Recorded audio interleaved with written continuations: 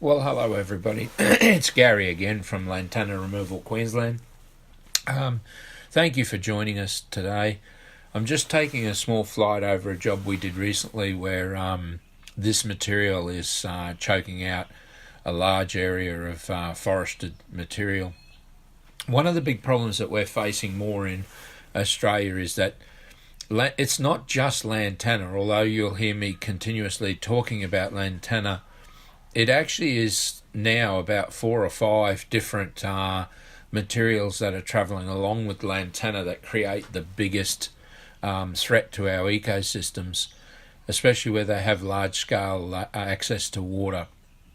So basically, within this video, what I'm trying to capture and what I'm trying to show and dispel a lot of the government material on the subject, where seeing more and more where land care is being touted as being something of value, and all of the actual resources are all volunteer labour.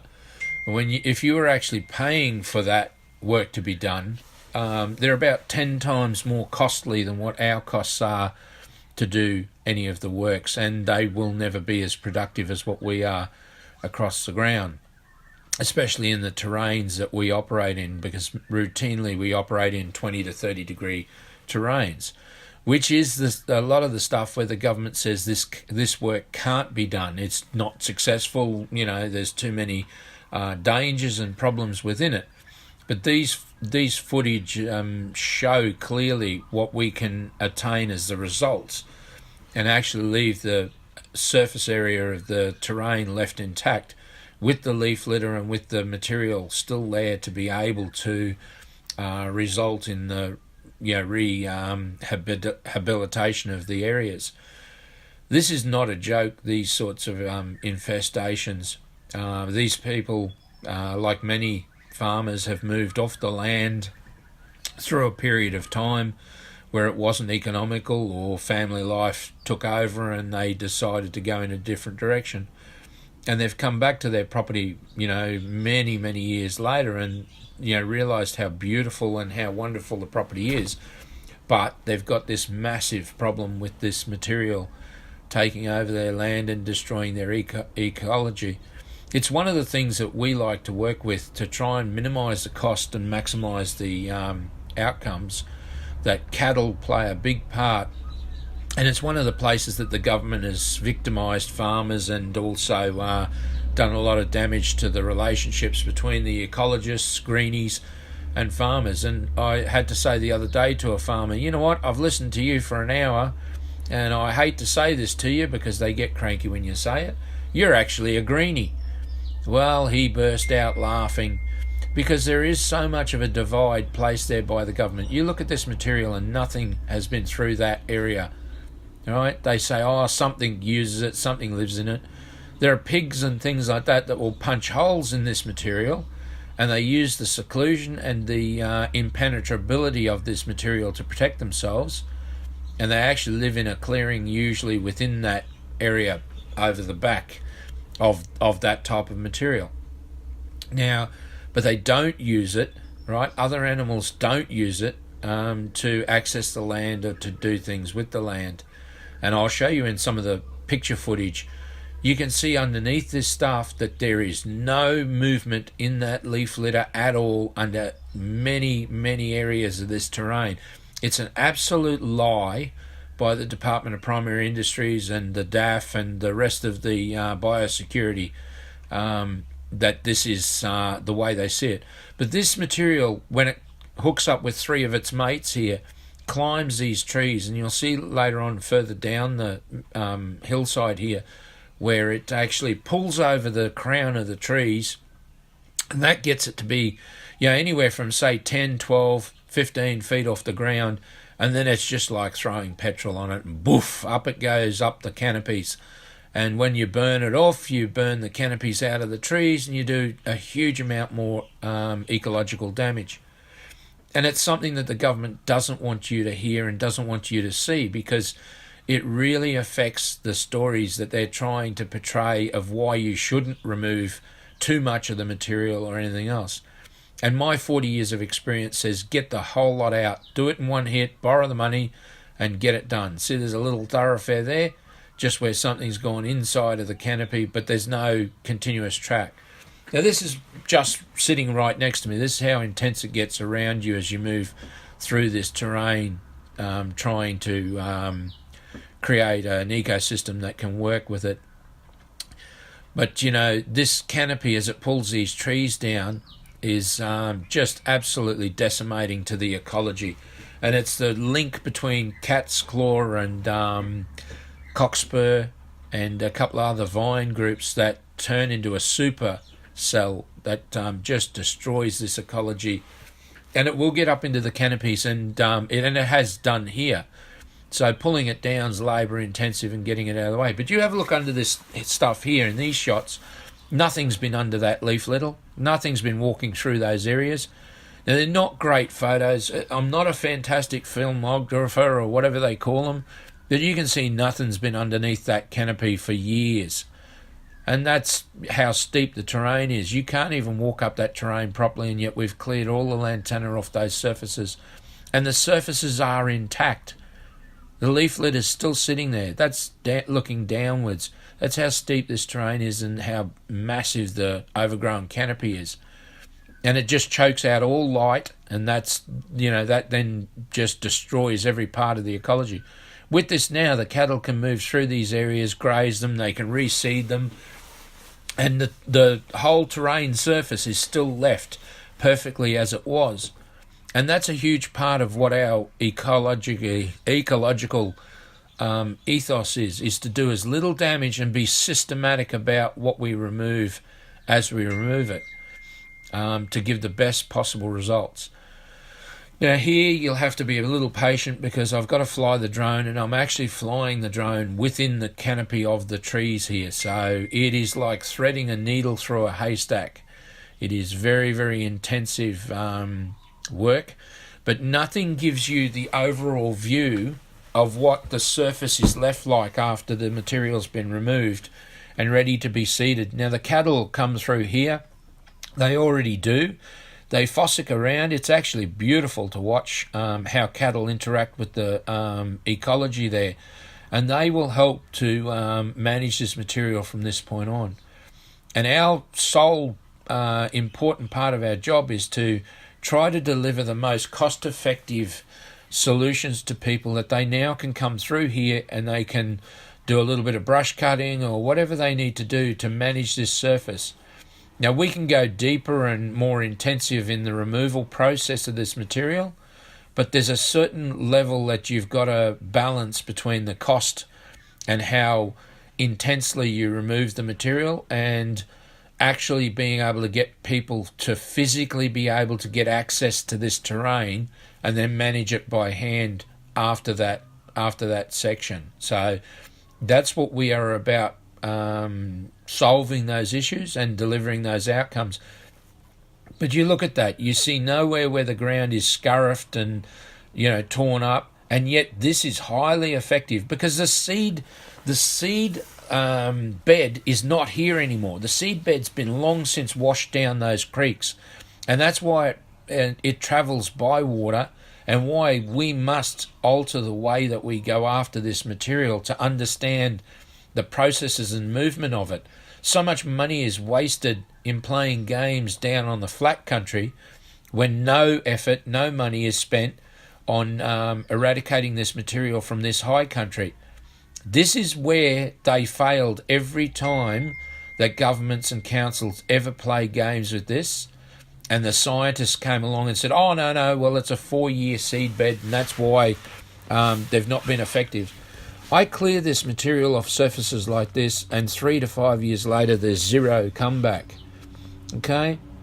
Now, we're balancing here the amount of intensity that I would do. I would personally like to do a bit more, but it's all related to costs. These people have a very large infestation here.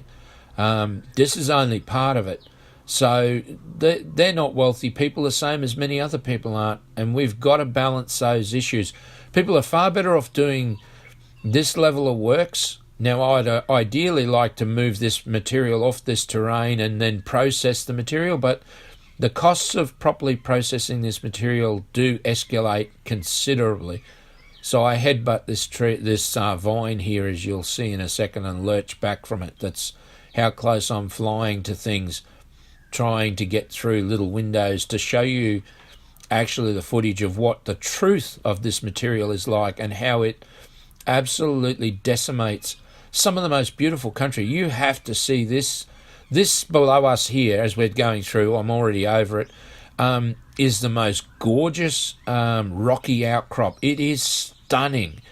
I would love to see this country when the water flows down this this area. This whole lot here, although it looks like vegetation where I've removed it, is actually rocks, like down in that creek area there, is all rocks. It is stunning. And again, like I said, I'd love to see it in full flow of water over it. It's been covered for the last 40 years, 30 or 40 years. Look at the way this material goes up through this ravine and gully and country here. The only way to do this is to mechanically remove it in the way that we do with our processes, having done it for 40 years. It's the only effective and cost-effective way of doing it. If the government was paying for the volunteer labour within the land care, it would be a complete write-off. They do more damage to the terrain and the ecology with their poisons. It's just insane the amount of damage done to the ecology, because this Lantana is linked into the mycorrhizal fungi, subsoil to ecosystem. And the poisons just absolutely decimate everything. They decimate all the plants. I've seen stuff 6 and 12 months old where it looks like a moonscape, and the damage they've done to the trees and everything else. So you can see the rocks poking out of some sections there, and a lot of that pile sitting on top of those rocks. But again, I keep saying it is stunning. I get to see some of the most beautiful terrain and lands you can imagine, and it fills your heart with a lot of warmth when you open that stuff up, bring the sunlight back to it, and give the opportunity for people and their animals, especially cattle, are going to play a huge part in rejuvenating this land. And the government needs to stop demonising that rubbish. That cattle actually play a huge, important role in repairing these ecosystems.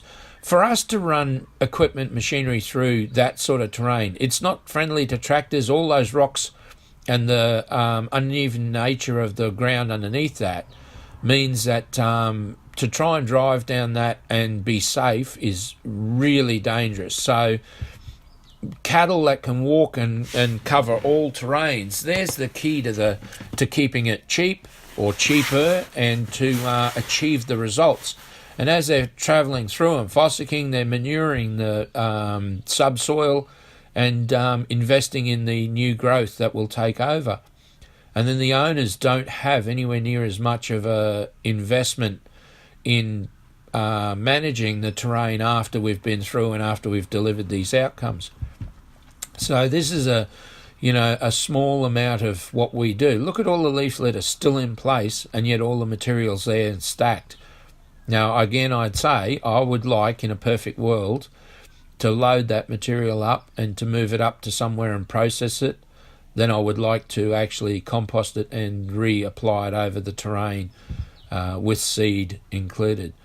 But, you look at the leaf litter there, and I'm not picking special spots for these things. I had it too close and it caught on a leaf and flipped upside down, so that's how come that happened like that.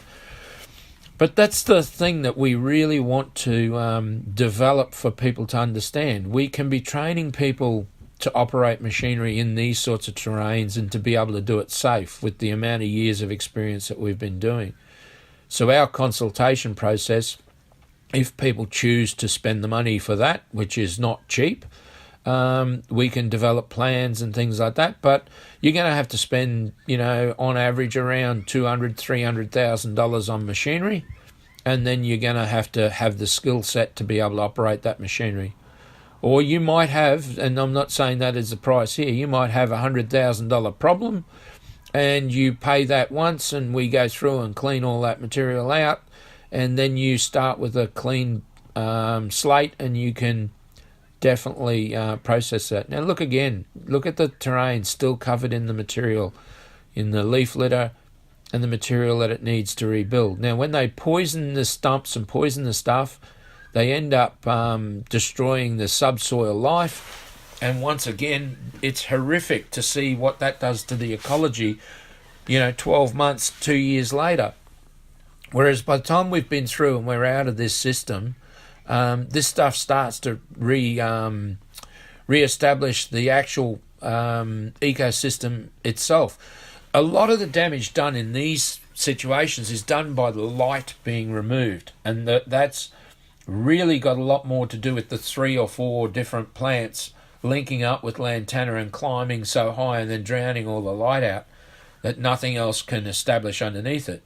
The cattle marching through those areas, fossicking and scrubbing out things, makes a huge difference to the grasses coming back. And now you've opened up the canopy and taken that rubbish out of the canopy. It allows the light to get down to ground level, and then the grasses come through. It's a perfect solution to a very complex issue. But you've got to do it ecologically, and you've got to do it somewhat economically. You can't have millions of dollars for individual farmers. It's just not practical. But we can't hide from the fact that this stuff moves down terrain by water, and the fact that those seed beds are doing so much damage further downstream to other properties and other ecological systems below them. The government can't hide from that anymore. The costs of actually operating on these terrains are not as enormously significant as what the scientists that the government bought want to make them believe. So the mechanical level of actually investing in doing the actual physical work and then cleaning these materials up pays dividends way above any scientific process where they say it cannot be done. That's what we have to challenge and we have to take away from these people. You can environmentally do this and not destroy the whole ecosystem. Then bring cattle through that can move across the terrain to help re-establish the terrain.